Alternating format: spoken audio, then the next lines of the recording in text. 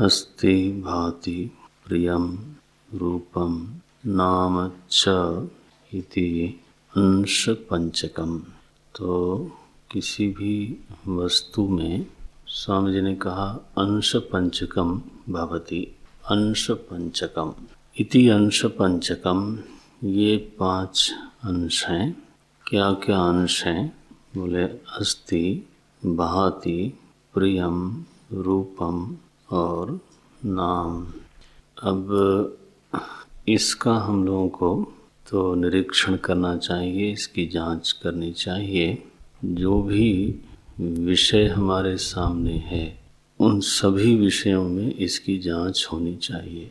कोई वक्तव्य बिल्कुल सिद्ध हो जाए तो इसके लिए 100 जगह 500 जगह जांच होनी चाहिए, और यही एक प्रकार की साधना भी है। तो हमारे सामने जो विषय आता है उनमें इस 5 अंशों को देखने का अभ्यास करें। यहाँ रूपम शब्द का वही अर्थ है जो आपने 14वें मंत्र में पढ़ा था। 14वें मंत्र का क्या अर्थ बताया? यच्चित्त भाष्यम तद रूपम। तो मानो श्रद्धा नाम की एक चीज है, तो उसका एक नाम है श्रद्धा, तो उसका एक रूप है। श्रद्धा एक नाम है और उसका एक रूप है। तो इस तरह से भी जांच होनी चाहिए। रूप का अर्थ फिर केवल गुलाब का फूल और चमेली का फूल इतना नहीं होता। रूप माने केवल लाल, पीला, नीला ये नहीं होता। सूक्ष्म जो पदार्थ हैं, तो जो प्रायः मानस पदार्थ माने जाते हैं, उनका भी एक रूप होता है। तो जो उनको दूसरे पदार्थों से अलग करता है ये। तो अश्रद्धा से श्रद्धा को अलग करना ये तभी संभव है जब दोनों के 2 रूप हों। तो श्रद्धाकार वृत्ति बनती है तब श्रद्धा होती है, अश्रद्धाकार वृत्ति बनती है तो अश्रद्धा होती है। शांति का भी एक रूप है, शांत वृत्ति कही जाती है, शांत वाहिता। महर्षि पतंजलि ने लिखा कि ध्यान काल में अगर चित्त प्रशांत हो गया तो शांत वाहिता, उस समय भी जो प्रत्यय हैं वो बहते रहते हैं। वृत्ति स्थिर नहीं होती, उस समय भी उसमें प्रवाह रहता है, बहाव रहता है। लेकिन लगातार निरंतर 1000 वृत्ति शांत्याकार बन गई तो हमको लगा कि चित्त शांत हो गया। बिना किसी अंतराल के, बिना किसी विजातीय वृत्ति के 1000 10,000 वृत्तियां शांत्याकार जब बनती चली गई तब हमको लगता है कि चित्त तो स्थिर हो गया। स्थिर नहीं होता। चित्त का स्वभाव है बहना, प्रवाह। नदी कभी कभी बिल्कुल मंथर गति से गहरी हो, मंथर गति से बहती हो तो, और उसमें कोई दूसरी चीज पड़ी हुई न हो तो कभी कभी गति का अभाव लगता है, होता नहीं वहाँ। उसी समय कोई तिनका गिर गया तो चूंकि वो बह रहा है इसलिए हमको लगता है कि अरे तो बह रही थी। विजातीय के कारण बहाव का ग्रहण हो गया। सो शांति भी एक नाम है, उसका भी एक रूप है। इस तरह से सूक्ष्माति सूक्ष्म जो पदार्थ हैं उनकी भी जांच होनी चाहिए। स्थूलाति स्थूल जो पदार्थ हैं उनकी भी जांच होनी चाहिए। साधक को अपने दृष्टांतों को भी धीरे धीरे गंभीर करना चाहिए। तो हर समय घट का ही जांच करते रहें तो वो बात बनती नहीं है। मन कई बार लगता है उसको कि ये तो हल्की बात हो गई, हल्की होती नहीं है, लेकिन अब वो बार बार उसी स्तर पे दृष्टांत होगा तो हल्की लग सकती है। सो किसी भी विषय के ये अंश पंचकम होते ही हैं। किसी भी विषय के ये ध्यान रखना चाहिए, चाहे वो मानस विषय हो चाहे वो ऐन्द्रियक विषय हो। ऐन्द्रियक पदार्थ हो चाहे चैत्य पदार्थ हो। चैत्य माने चित्त से देखे जाने वाले। और चित्त में भासित होने वाले। अब चाहे वो चित्त ही पदार्थ हो, तो चित्त भी तो एक नाम है, चित्त भी एक नाम है और उसका एक रूप है जो शरीर से उसको भिन्न करता है। ये सो चित्त, चैत्य, इंद्रिय, ऐन्द्रियक हैं, ये सारे के सारे जितने विषय हैं उनको आप एक एक बार ध्यान में ले आओ और फिर जांच करो कि इसमें अंश पंचकम है कि नहीं है। तो नाम तो उसका है ही है। हमारे तो संस्कृत के आचार्य लोग ऐसा बोलते हैं कि कोई भी ऐसा ज्ञेय पदार्थ नहीं हो सकता जिसका नाम ना हो। माने शब्द प्रत्यय के बिना विषय प्रत्यय होता नहीं, ऐसा एक अनुसंधान है हमारे ऋषियों का। सह भुवः, ये दोनों युगपत ही होते हैं। जब आपको विषय का ज्ञान होता है उसी समय आपके चित्त में उसका नाम भी स्फुरित होता है। ये हो ही नहीं सकता, ऐसा बोलते हैं। शब्द सहचर प्रत्यय होता है। इसलिए आगे चल के आप पढ़ेंगे वेदांत में कि नाम और नामी में तो नित्य साहचर्य है, अभेद भी है, ऐसा भी बोल देते हैं। बहरहाल कालिदास जी की ये पंक्ति तो बहुत प्रसिद्ध है। वागर्थाविव संपृक्तौ वागर्थ प्रतिपत्तये जगतः पितरौ वंदे पार्वती परमेश्वरौ। देखो, जगत के माता पिता पार्वती परमेश्वर भगवान शंकर कैसे हैं? बोले जैसे वाणी और उसका अर्थ है। वागर्था विव, माने वाक और अर्थ संपृक्त, दोनों साथ ही जुड़े रहते हैं। ये तो एनीवे, सो नाम तो जरूर ही होगा और उसका आकार लेती है वृत्ति, दूसरे पदार्थों से उसको भिन्न करती है, तो उसका वही रूप है। उसका जो विशेष है वही उसका रूप है। विशेष माने अन्येषाम भिन्नता, दूसरों से उसकी जो भिन्नता का संपादक है, भिन्नता का उपपादक है। गंध एक नाम है, फिर उसका एक रूप है, क्योंकि वो शब्द से उसको अलग करती है। फिर गंध में भी तो बहुत वैविध्य है, तो उस विविधता को आप कैसे पहचानते हो? तो हर गंध में दूसरे गंध की अपेक्षा एक विशेषता होती है, वो उसका रूप है। सूक्ष्म बुद्धि होवे तो एक गंध से दूसरा वो दिखाई देता है भीतर कि देखो ये वृत्ति पहले ये गंधाकार थी, अब ये हो गई। तो सभी पदार्थों में नाम और रूप नाम का जो अंश है वो तो है ही है। अब ये हुआ कि वो अस्थि, तो जितने भी विषय जानकारी में आते हैं वो सत प्रत्यय के साथ होते हैं।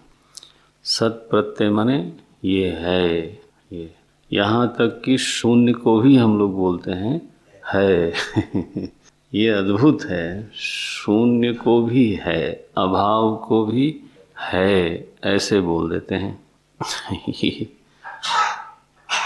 कोई ऐसा विषय ज्ञान नहीं होता है जिसमें सत प्रत्यय संयुक्त न हो। सत प्रत्यया किम नु विहाय संतम, रमण महर्षि ने श्लोक लिखा इस पर कि ये जो तुम्हें जगत की हर चीज माने ज्ञेय मात्र में सत प्रत्यय अनुवृत्त दिखाई देता है, संयुक्त दिखाई देता है, तो अरे भाई सत प्रत्यय का कोई हेतु होना चाहिए। श्रुति माता ने भी इस तरह से एक निर्देश किया हम बच्चों को। बोले जैसे सोने से बनी हुई चीजें स्वर्ण बुद्धि के साथ ही जानी जाती हैं, मिट्टी से बनी हुई चीज को मृत्तिका बुद्धि के साथ ही जानते, माने घट भी जानते हैं, साथ में ये भी रहता है कि ये मिट्टी है। माने मृत्तिका ज्ञान के साथ घटक ज्ञान होता है। क्यों? क्योंकि घट का कारण मिट्टी है। ये स्वर्ण ज्ञान के साथ ही आभूषण ज्ञान होता है, माने दो बुद्धियां रहती हैं।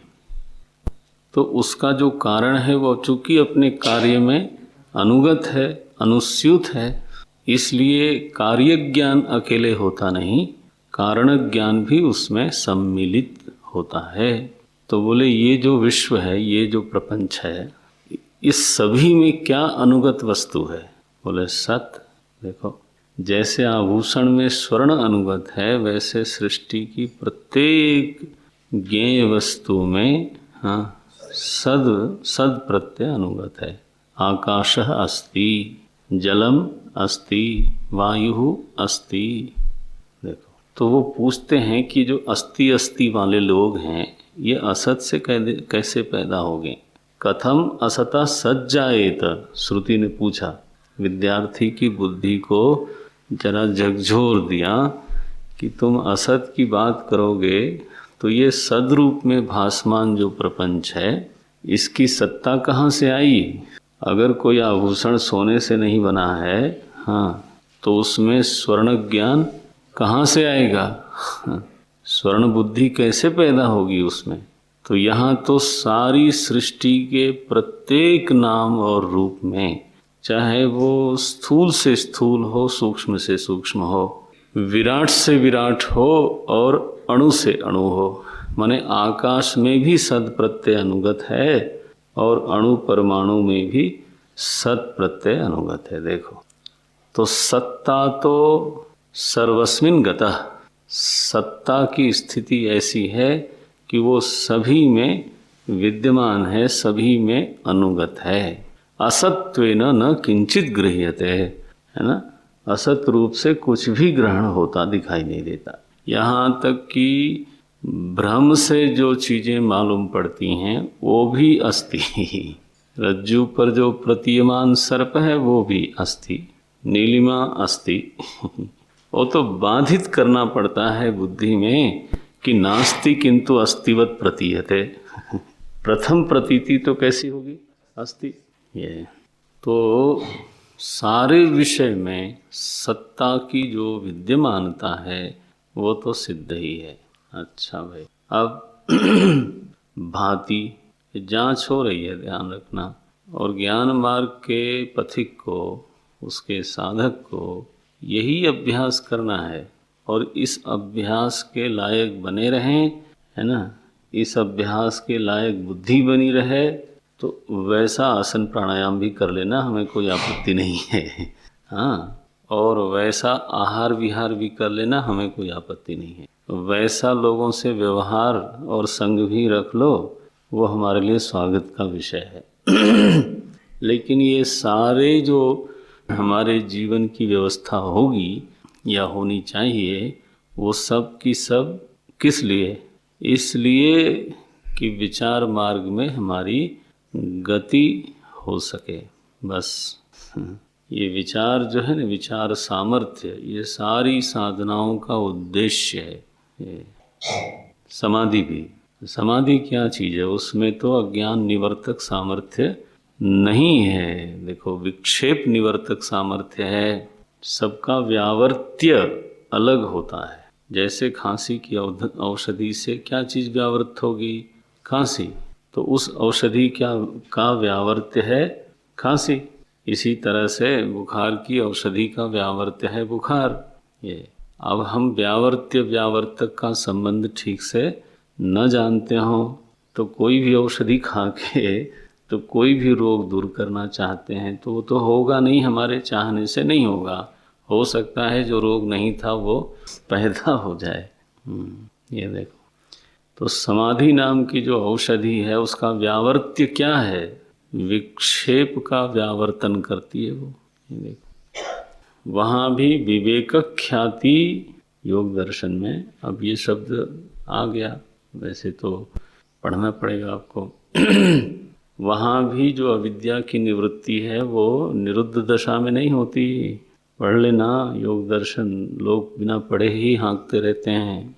वहाँ भी अविद्या की निवृत्ति विवेक ख्याति से होती है। ये विवेक ख्याति माने विवेक वृत्ति। ये नारायण। तो इस बात को समझो कि यह जो विचार सामर्थ्य है, जांच करने का स्वभाव बन जाए तब उसको बोलते हैं विचारशील।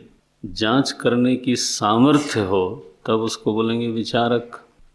तो इन शब्दों की जांच करो। अस्ति सर्वस्मिन अनुगतः, देख लिया, टटोल के देख लिया, जैसे पंचमहाभूत सारे शरीरों में गया हुआ है, वैसे ही जो सत्ता है वो समूचे प्रपंच में अनुगत है, यहाँ तक कि पंचमहाभूत में भी।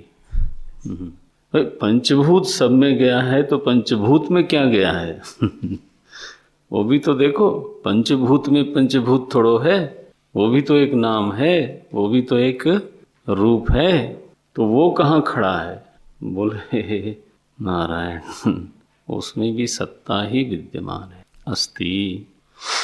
वाह। अब जरा देखो कि यह जो अस्ति, ये आवरण शक्ति के कारण क्या हो गया इसका, कि अस्ति भिन्न भिन्न वस्तुओं का धर्म होकर के भाषित होती है।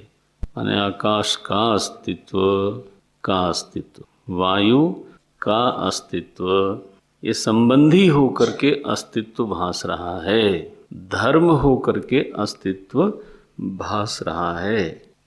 As though the existence belongs to space, वास्तविकता क्या है कि स्पेस बिलोंग्स टू एग्जिस्टेंस, ये वेदांत की नज़र है। सच्चाई ये है कि the space belongs to existence, लेकिन ये माया महारानी महाराज ऐसी उलटवासी कर दी, एकदम पलटी मार दी इसने। तो अब हमको क्या लगता है कि the existence belongs to space, तो हम बोलते भी हैं हिंदी में आकाश का अस्तित्व, वायु का अस्तित्व। लो, जैसे आपके शरीर का रंग गोरा सांवला, वैसे आकाश का एक धर्म हो गया अस्तित्व, पृथ्वी का हो गया धर्म। नारायण। धर्म धर्मी संबंध दिखाई देता है। कल हम चर्चा कर रहे थे, आपको ग्रहण हुआ कि नहीं हुआ, होना चाहिए, मौका बार बार आता नहीं, तो बिल्कुल सजग हो के लाभ ले लो। हमने कल बात कही थी कि गुण से द्रव्य की पहचान होती है और द्रव्य से गुण की पहचान होती है। गुण का ऐसा लक्षण है कि जो नित्य पराधीन है वह गुण है। तो अस्तित्व को अगर किसी का गुण कहना हो, हाँ, तो ये कहना पड़ेगा कि वो पराधीन है, आश्रित है, ये कहना पड़ेगा आपको। अस्तित्व आश्रित है। तो प्रश्न आएगा किसके? अस्तित्व का आश्रय तत्व क्या है? अनस्तित्व। माने विचार की कसौटी इतनी कस जानी चाहिए कि आप कभी भी विचलित ना हो सके। बस निश्चयात्मिका जो स्थिति है वहाँ तक विचार पहुँचना ही चाहिए। तो निश्चय क्या होगा कि अस्तित्व कभी भी किसी का आश्रित नहीं हो सकता। जैसे गंध आश्रित है पृथ्वी पर, वैसे अस्तित्व आश्रित किसी पर हो नहीं सकता। गंध से पृथ्वी भिन्न है, दोनों एक तो नहीं है। शब्द से आकाश भिन्न है, दोनों एक तो नहीं है। तो इसी तरह से अगर अस्तित्व को आश्रित बनाना है तो वो जो आश्रय वस्तु है वो अस्तित्व से भिन्न होनी चाहिए, और अस्तित्व से भिन्न वस्तु अनस्तित्व होगी। तो ऐसा हो नहीं, जो है ही नहीं उस पर आश्रित कैसे होगा? सो चूंकि अस्तित्व आश्रय तो बन सकता है लेकिन आश्रित कभी नहीं बन सकता। ध्यान देना, तर्क की यह स्थिति। अस्तित्व आश्रय तो फिर भी बन जाए लेकिन आश्रित कभी नहीं बन सकता। चूंकि ऐसा है इसलिए उसको किसी भी दशा में गुण नहीं कहा जा सकता। वाह, निर्णय क्या निकला? उसको गुण नहीं कह सकते। गुण नहीं कह सकते तो तुम उसको कैसे बोलते हो कि यह आकाश का अस्तित्व है? धर्म के रूप में उसका उच्चारण क्यों कर रहे हो? देखो आया कि नहीं। दूसरा, ये इसको ध्यान में रखना, ये तर्क जरा ऐसा है, अगर दिल में बैठ जाएगा ना तो बुद्धि आपकी करवट भी नहीं ले सकती, अगर बैठ जाए तो। दूसरा, जो गुण है चूंकि उसी के कारण द्रव्य की पहचान होती है, इसलिए गुण एक द्रव्य में होता है तो दूसरे द्रव्य में उसको नहीं होना चाहिए। अगर दूसरे द्रव्य में भी वही गुण हो गए तो द्रव्य भेद कैसे मालूम पड़ेगा? माने पृथ्वी में भी गंध हो और जल में भी गंध हो और वायु में भी गंध हो, तो फिर किस गुण के कारण वायु को वायु कहोगे और जल को जल कहोगे और पृथ्वी को पृथ्वी कहोगे? तो गुण भेद है, इसीलिए द्रव्य भेद की सिद्धि होती है। जब आप बोलते हो कि शब्द गुण है आकाश में, स्पर्श गुण है वायु में, इसलिए आकाश और वायु अलग हैं। देखो, तो द्रव्य भेद की सिद्धि के लिए गुण भेद का होना बहुत आवश्यक है। अगर यह बात समझ में आपको आती है तो मुझे ये देखिए कि अस्तित्व न हम कहा गुण किस द्रव्य में नहीं है, तो ये किसी एक द्रव्य का गुण कैसे हो सकता है? समझ में आया? जब ये सभी में अनुगत है तो किसी एक द्रव्य का धर्म, किसी एक द्रव्य का गुण कैसे हो सकता है? शब्द तो आकाश में है, ठीक है, स्पर्श तो आकाश में नहीं है, बना कि नहीं? लेकिन अस्तित्व तो फिर दोनों में है, पांचों में है, और पांचों से बनी हुई सब में है। तो किस द्रव्य विशेष का गुण आप कैसे बना देते हो इसको? तो दो तर्क हैं। एक, जो आश्रित नहीं है वो गुण नहीं हो सकता।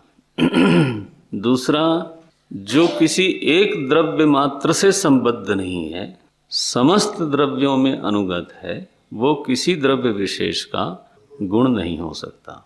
इससे क्या हमने सिद्ध किया कि अस्तित्व नाम की जो चीज है, जो हर द्रव्य से आपको मालूम पड़ रही है, वो अस्तित्व नाम की चीज किसी भी द्रव्य का गुण नहीं है। यह सिद्ध हो गया। अब अगर वो गुण नहीं है तो फिर वो क्या है, ये प्रश्न आएगा। ये तो नहीं बोल सकते है ही नहीं। तो अस्तित्व अगर गुण नहीं है तो फिर क्या है? देखो, गुणी है, ये कहो कि ये है, क्या है? गुणी है। गुण गुणी संबंध बोलते हैं, धर्म धर्मी संबंध, गुण गुणी संबंध। जैसे पुष्प गुणी है और नीलिमा उसका गुण है, ऐसा। पुष्प धर्मी है और नीलिमा उसका धर्म है, तो धर्म धर्मी संबंध, गुण गुणी संबंध। नीलिमा कभी फीकी भी पड़ सकती है, फूल तो रहेगा, नहीं तो वो फीकी नीलिमा कहाँ रहेगी? ये तो धर्म में विकार भी हो सकता है, होता ही है। मानो कोमलता था एक धर्म पुष्प में, कोमलता नाम का गुण पुष्प में था, अब वो पुष्प सूख गया तो अब वो देखो गुण उड़ गया, बट गुणी तो वहां पर है कि नहीं है? ये तो इस संबंध को पहचानने की जरूरत है, ध्यान में लाने की जरूरत है। तो अगर अस्तित्व किसी भी द्रव्य का गुण नहीं हो सकता तो अब क्या विकल्प बचा आपके सामने कि फिर वो गुण ही हो गए। ये नारायण। अगर अस्तित्व गुणी है तो उसका गुण क्या है? क्योंकि आकाश अगर गुणी है तो उसका गुण क्या है? शब्द। पृथ्वी अगर गुणी है तो उसका गुण क्या है? गंध। वायु यदि गुणी है तो उसका गुण क्या है? स्पर्श। तो इसी रीति से अस्तित्व अगर गुणी है, तो बोलो क्या गुण है उसका? फिर भाई किसी को जबरदस्ती टोपी नहीं पहना सकते आप, उन्हें आपको नहीं तो गुणी है तो बताओ क्या गुण है उसका? तो बोले एक तो बोल नहीं सकते। अगर एक नहीं बोल सकते तुम तो उसको गुणी क्यों बोलते हो? समझ में है? तो अस्तित्व की श्रेणी देखो क्या बनी। न तो उसको आप गुण कह सकते हो, न तो आप उसको गुणी बोल सकते हो। दो ही श्रेणियां बनती हैं, दोनों श्रेणियों में से अस्तित्व को किसी भी श्रेणी में नहीं रख सकते। बोले फिर अस्तित्व नहीं होगा। ये वदतो व्याघात दोष है, अस्तित्व नहीं होगा, माने जो है वो नहीं है, वह ऐसा बोलना भी संभव नहीं है आपके लिए। तब क्या है ये? को नाम अस्तित्वम? बोले जी ये अधिष्ठान है, और जिन द्रव्यों और गुणों की बात कर रहे हो ये सब के सब उसमें कल्पित हैं, उसमें अध्यस्त हैं, उसी में भासमान है। ये प्रपंच का अस्तित्व से अधिष्ठान अध्यास संबंध है। प्रपंच माने नाम रूप। ध्यान दो, हमारे विचार पद्धति से आपकी विचार पद्धति ट्यून हो जाए तो मैं आधा वाक्य बोलूं तो आप पूरा कर सको। आपका वाक्य अगर गलत माने अलग निकलता है, गलत नहीं है, अलग निकलता है, इसका मतलब वो विचार पद्धति पूरी तरह से ट्यून नहीं है, लेकिन प्रयास होना चाहिए।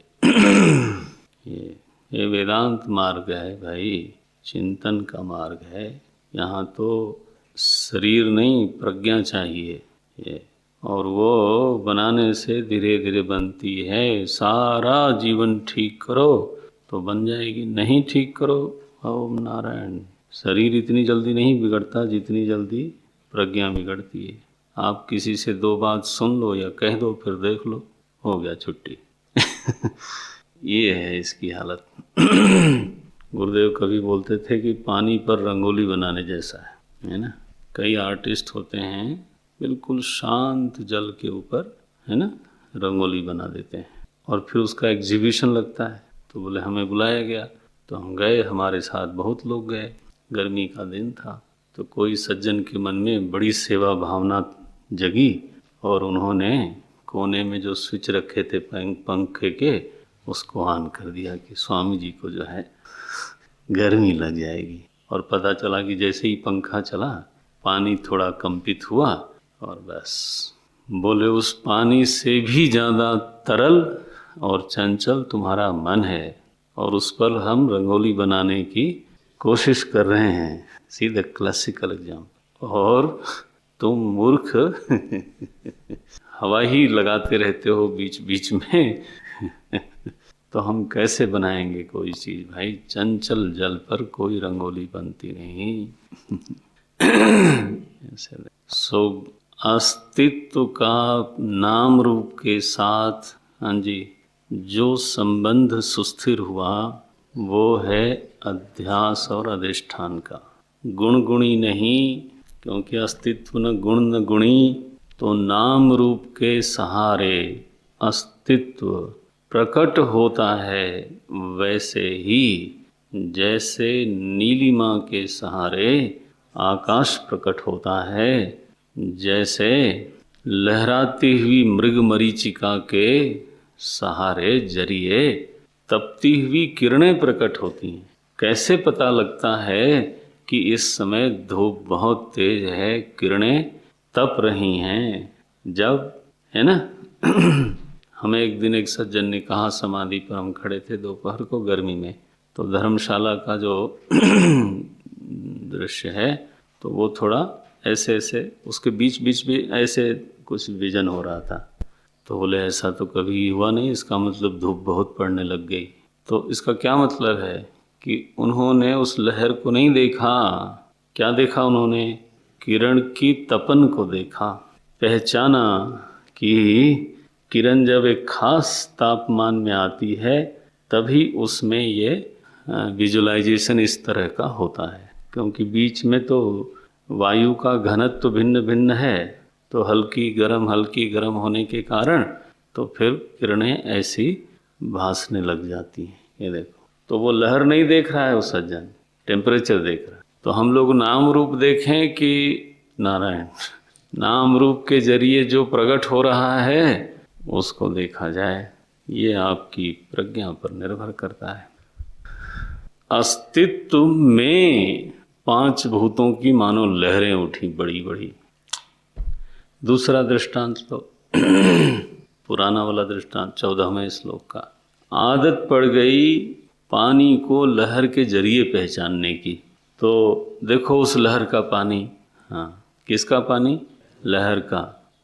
तो पानी धर्म हो गई किसकी? लहर की। लो ओ देखो देखो देखो, लहर का पानी वो नीला है, वो सफ़ेद है। वो देखो लहर का पानी टूट गया, बिखर गया। ये वो देखो लहर का पानी उठ रहा है, बढ़ रहा है। अब पानी को हमेशा लहर का संबंधी बना करके ही देखते हैं। अब वास्तविकता क्या है कि पानी की तो लहर हो सकती है, लेकिन लहर का पानी नहीं होता ये। और पानी की भी लहर वास्तव में गुण गुणी संबंध से नहीं है। तो लहर कोई उसका गुण नहीं है। गुण हो तो रोज ही बनी रहे। तो पानी तो बिना लहर के भी होता ही है, बल्कि पानी की दृष्टि से वहाँ कुछ नहीं है। तो लहर और जल में संबंध क्या है? गुणगुणी नहीं, अधिष्ठान अध्यास। बोले आप क्या बोलते हो? यही बोलते हैं, यही सच्चाई। लहर अविकृत स्वरूपस्थ होते हुए, जल अविकृत स्वरूपस्थ होते हुए लहरों के रूप में जाहिर हो रहा है, यही सच्चाई है। विकृत होकर के लहर के रूप में भाषित नहीं हो रहा है, न तो लहर उसका गुण है। तो कोई समुद्र के तट पर खड़ा हो, तो क्या है? बोले यहाँ जल की अनंत राशि है। लहरें क्या हैं? बोले तो नाम रूप मात्र, ठीक है ना। ऐसे सृष्टि में कोई महापुरुष, उससे पूछा जाए क्या है, क्या बोलेगा? वो अस्तित्व की अनंत अनंत राशि है, और उसमें तुम्हारा शरीर बुलबुले की तरह उठता है, हाँ बुलबुले की तरह, और गिर पड़ता है, बस छुट्टी। बोले महाराज ये हम लोग बुलबुले बैठे हैं? बोले बिल्कुल बुलबुले बैठे हो। ऐसा कहने में क्या डर है, क्या संकोच है? बुलबुले नहीं हो। थोड़े दिन पहले उठे थे बोले नहीं महाराज हम इतना तो काल की अनंतता में आपका जो इतना है ना, वो इतना भी नहीं बचता। हाँ, क्षुद्र पर दृष्टि होने से जो इतना है वो इतना हो दिखाई देने लग जाता है। अपनी क्षुद्रता के कारण आपको काल बड़ा दिख रहा है, देश बड़ा दिख रहा है। पूरे विश्व के नक्शे में भारतवर्ष कितना, और भारतवर्ष में फिर हिमाचल प्रदेश किधर? विश्व के नक्शे में, भारत के नहीं। फिर हिमाचल प्रदेश में जरा सिद्धबड़ी खोजो, जैसे ही आप विराट की नज़र से देखोगे, इतना बड़ा आश्रम क्या एक डांट भी देना मुश्किल हो जाएगा। ऐसा ही है, बुलबुले हैं। ज्ञानी पुरुष जब ऐसे देखता है ना, गुरुदेव से किसी ने पूछा, बैठे थे बम्बई में, मुझे बताया गया कि कोई वृक्ष देखा किसी फॉरेनर ने, तो उसको बड़ा लगा कि क्या वृक्ष है। तो उसने पूछा कि swami ji what is this tree is. उसकी तो इच्छा थी नाम पूछने की। गुरुदेव ने कहा in a particular form, existence in a particular form is called tree. Existence in particular form is called tree. You are seeing the tree, but महात्मा क्या देख रहे थे? अस्तित्व, पहले अस्तित्व, उसके ऊपर आरोपित नाम और रूप। नजर पैदा करो, देखने का शौक है तो नजर पैदा करो। ये चर्म चक्षु से तत्व नहीं दिखता, प्रज्ञा चक्षु से। उसी के लिए कहा चक्षु उन्मीलितम ये ना।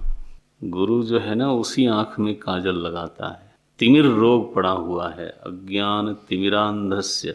सूरमा लगाया उसने, किसका? ज्ञान का। ज्ञानांजन शलाकया उन्मीलितम, नजर मिली, लगा अरे अस्तित्व तो हर जगह वही है, बाकी तो उस पर आरोप है। अब दूसरा भांति। ये भांति महाराज देखो, मनन नहीं करें ना तो ना अस्थि समझ में आएगा, ना भांति, ना प्रियम। वो जितनी गंभीरता से समझ में आनी चाहिए बात, उतनी समझ में नहीं आती। और जब तक गंभीरता ना हो उसमें, उसका जो प्रभाव है वो नहीं बनता। अब देखो, भांति का साधक को कई बार ये लगता है कि अब भाई रूप हम देखते हैं क्योंकि हमारे आँख है, रूप भाषित होता है क्यों? तो क्या मुझे अंधा समझ रखा है? ना, आँख है इसलिए रूप भाषित होता है। शब्द भाषित होता है क्यों? कान है इसलिए भाषित होता, मैं कोई बहरा थोड़ा हूँ। तो चीजें भाषित होती हैं, नाम रूप, शब्द, स्पर्श, गंध, रसना में स्वाद, ये सब इसलिए भाषित होता है क्योंकि हमारे पास इंद्रियां हैं, इसलिए भाषित हो। ये भी एक तर्क है। वस्तु का धर्म थोड़ो भांति है। आप कहाँ मुझे इधर उधर कर रहे हो? यहाँ क्या लिखा कि वस्तु में अस्तित्व होता है और वस्तु में भांति होता है, ये लिखा ना। वो तो सुनने के बाद मनन जितना कर सकते हैं करना चाहिए, होता नहीं है, इसलिए ऐसा लगता है लोगों को कि ये हो गया भांति वस्तु का धर्म है कि तुम्हारे नेत्र का? कल लोग कह रहे थे कि ये बात साफ हो गई है।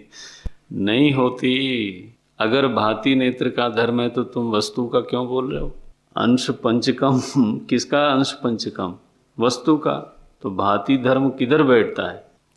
मेरे मालिक आप तो ये बताना चाहते हो कि विषय ही उठ उठ के हमारी आंख में आ रहा है, यही बताना चाहते हो ना? भांति अगर उसका धर्म है तो मैंने यही हुआ ना तय कि अगर भांति उसका धर्म है तो फिर हमको वो भाषित होगी, क्योंकि वही उसका धर्म है। तो इंद्रिय की क्या भूमिका है फिर? तो ऐसा हम कहें यदि कि चूंकि इंद्रियां हैं इसलिए हम उसको देखते हैं, इसलिए वो भाषित होती है। भासमानता का कारण कौन है? इंद्रियां हैं। भांति वस्तु धर्म नहीं है। अगर ऐसा कहें तो आप क्या बोल दोगे बताओ?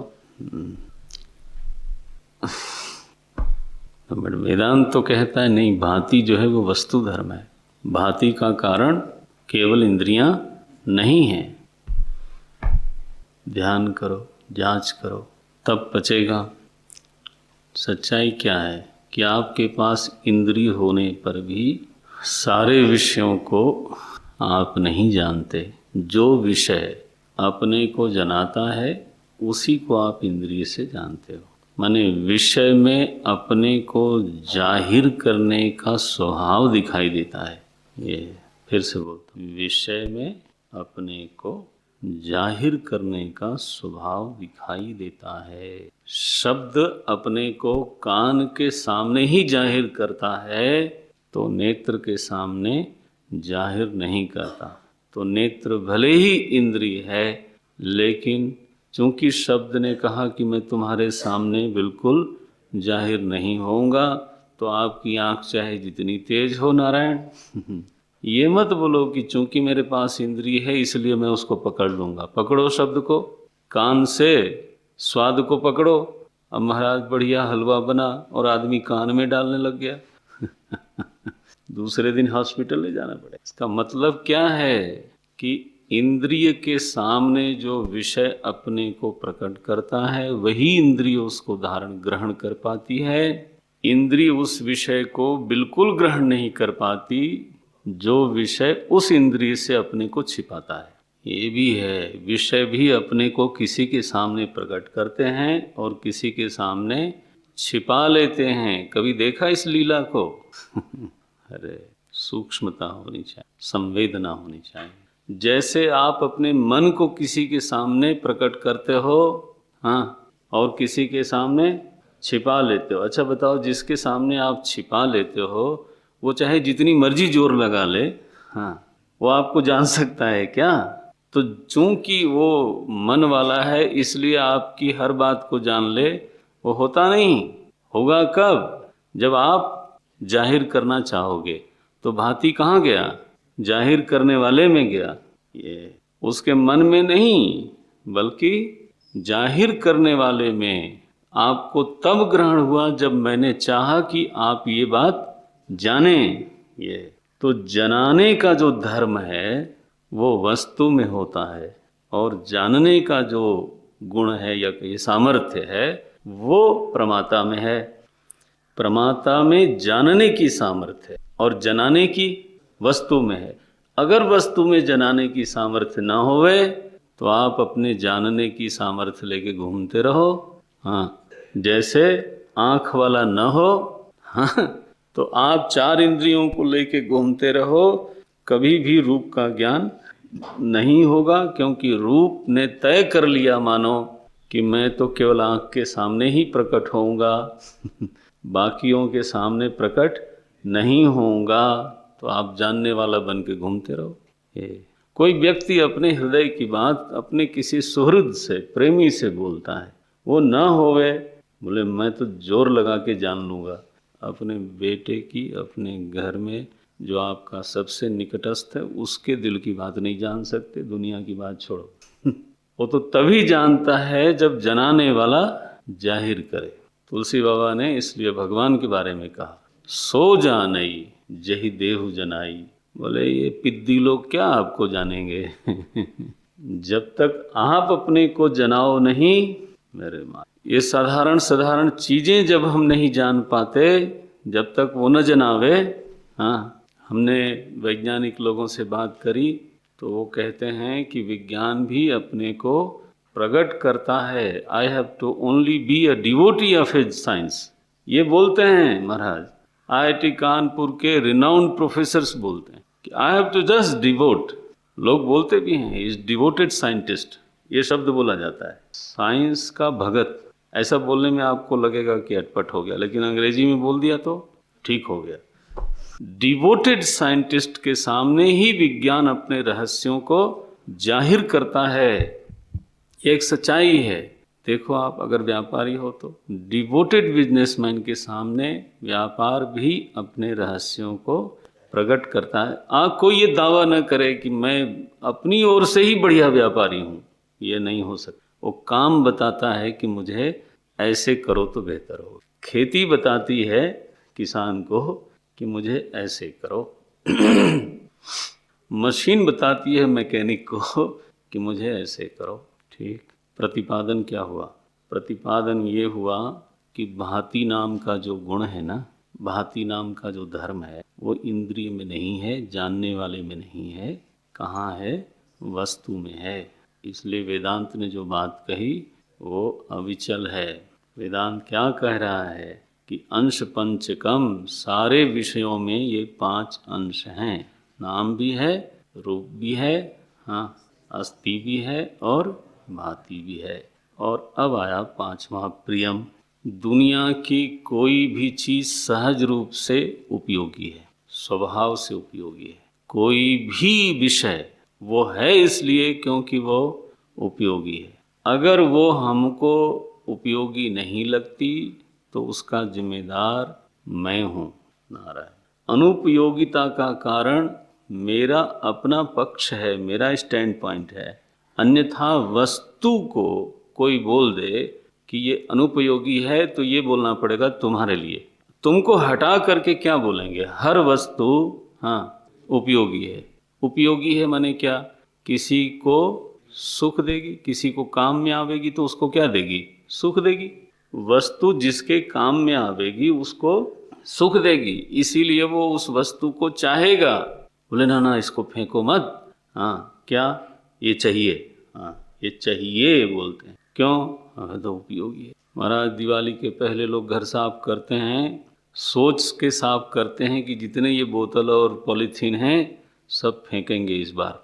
और फिर महाराज साफ करके धूप वूप दिखा करके जब फिर से वापस लाने की बारी आती है तो पता चला जैसे थे वो सब चीजें जो है ना ना देखा फेंक दे, नहीं नहीं कभी काम आ जाएगी। उपयोगिता वस्तु धर्म है, व्यक्ति नहीं। सृष्टि में, परमात्मा के सृष्टि में महाराज कोई ऐसी चीज हो गए, हाँ तुम्हारे लिए कोई उपयोगी अनुपयोगी का विभाग कर सकते हो आप। मैं दृष्टांत दे रहा हूँ, दार्ष्टान्त न समझना, थोड़ा महीन सा दृष्टांत है। भगवान श्री कृष्ण ने गीता में कहा पुण्यो गंधः पृथिव्याम च, पृथ्वी में मैं पुण्य गंध हूँ। आपने अभी पढ़ा कि पृथ्वी का गुण क्या है? गंध है। तो भगवान ने कहा कि मैं पृथ्वी में गंध हूँ, ये नहीं कहा पृथ्वी में मैं पुण्य गंध हूँ। लो ध्यान देना, शब्द यही लिखा है ना, पुण्यो गंध पृथिव्याम च, पृथ्वी में मैं पुण्य गंध हूँ। तो भगवान से उठ के किसी ने पूछा कि महाराज ये दुर्गंध है वो कौन है? क्योंकि पृथ्वी में के तो शंकराचार्य जी महाराज वहाँ भाष्य में लिखते हैं कि पृथ्वी का स्वाभाविक जो गंध गुण है वो पुण्य ही है, पवित्र ही। तो पूछा गया उनसे कि दुर्गंध फिर कहाँ से आई? क्या आकाश से आई क्या? वो भाई अगर आप गुण का आश्रय पृथ्वी को मानते हो तो दुर्गंध का भी फिर आश्रय पृथ्वी को ही मानो। तो ये दुर्गंध कहाँ से आई? बोले दुर्गंध तुम्हारे अज्ञान और अधर्म से आई। ये शब्द लिखा है, जाके पढ़ना अपने कमरे। अज्ञान और अधर्म से आई। अब इसका विवरण क्या होगा कि या तो तुम अपने वेस्टेज को तरीके से डिस्पोज करना नहीं जानते, अज्ञान है इसलिए आई। ठीक है, देखो अज्ञान शब्द का वहाँ अर्थ ये है, आत्मा अज्ञान मत बोल देना, हर जगह आत्मा अज्ञान नहीं। या तो तुम सफाई के बारे में तुम्हारा ज्ञान ठीक नहीं है, और या फिर तुम अधार्मिक हो, माने जानते हुए भी वो तरीका नहीं अपनाते हो लोभ के कारण, आलस्य के कारण, और नाला बहाते हो शहर में और नदी में डाल देते हो, या फिर आकाश में छोड़ते हो और ग्रीन हाउस इफेक्ट आता है।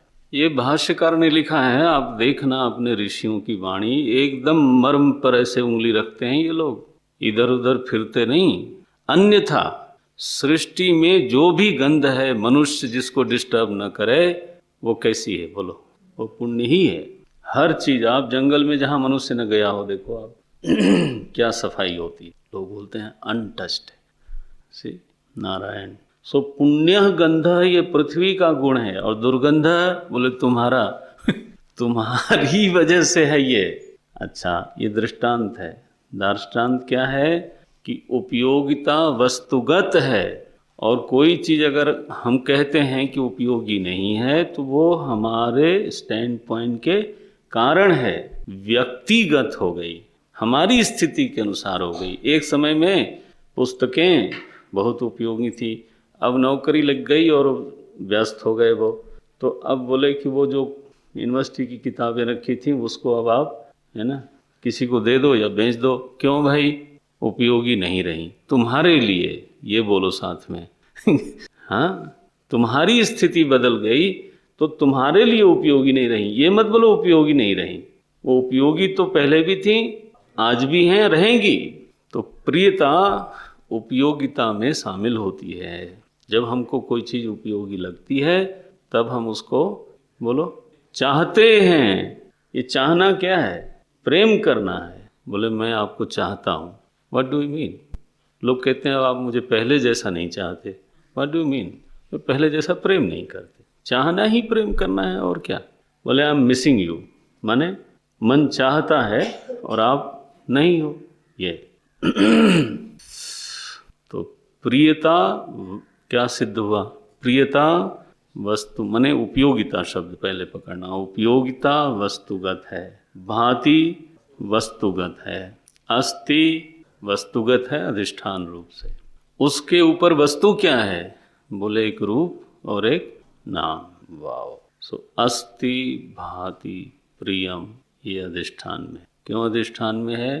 क्योंकि किसी एक वस्तु में नहीं है, सब वस्तु में ये है। जैसे सारी लहरों में जल है, इसलिए जल क्या हुआ? अधिष्ठान हुआ। ऐसे ही सारे नाम रूपों में अस्ति भी, भांति भी और प्रियता भी है, तो ये अधिष्ठान हुआ।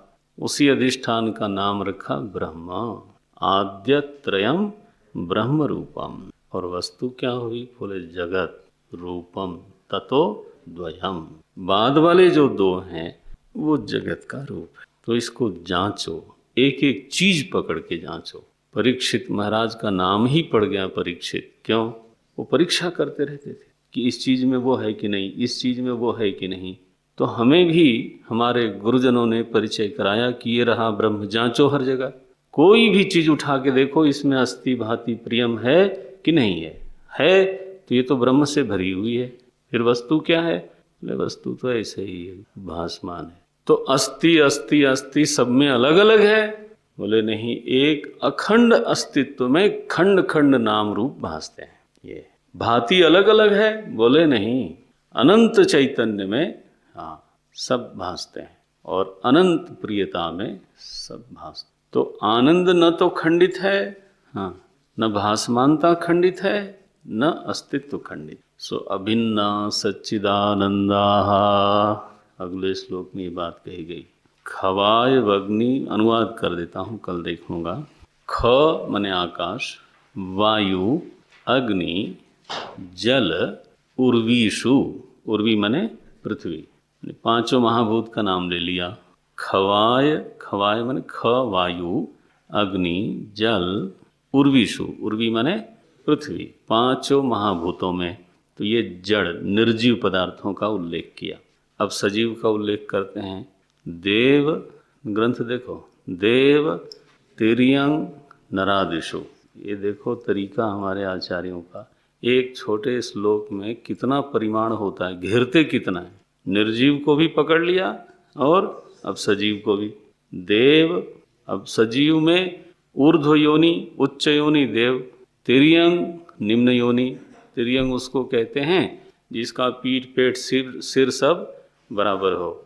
अब देखो ये एक पैरामीटर बनाया उन्होंने पशु योनि है, कीड़े हैं, सबके ऐसे ही होते हैं। तिर्यंग नीच योनि। नरादिशु ये आ गया सिर इसका ऊपर। नर वो जिसका सिर ऊपर, हृदय इसके बाद पेट। देखो अब लोग पेट को ही ऊपर कर दें जीवन में तो कोई बोले मैं तो शीर्षासन में जीऊंगा, पैर ऊपर करूंगा, फिर कटी प्रदेश होगा, फिर पेट होगा, फिर बोले फिर हृदय का देखा जाएगा, भावनाओं का, फिर बोले बुद्धि सबसे बाद में, विवेक। बोले भगवान ने आपको सीधा सीधा बनाया है, क्यों उल्टा होते हो? जीवन में विवेक को ऊपर रखो महाराज, फिर हृदय को। यही तो शरीर की बनावट बताती है। देव तिर्यंग नरादिशु। सो सजीव दृश्य हो चाहे निर्जीव दृश्य हो, उन सभी में सप्तमी है। उर्विशु और नरादिशु सप्तमी बहुवचन। बोले इन सभी में अभिन्ना सच्चिदानंदा। ये जो तुम्हें अस्तित्व टुकड़े टुकड़े लगता है, इसका अस्तित्व वो गलत है। सच्चिदानंद अभिन्न अखंड है।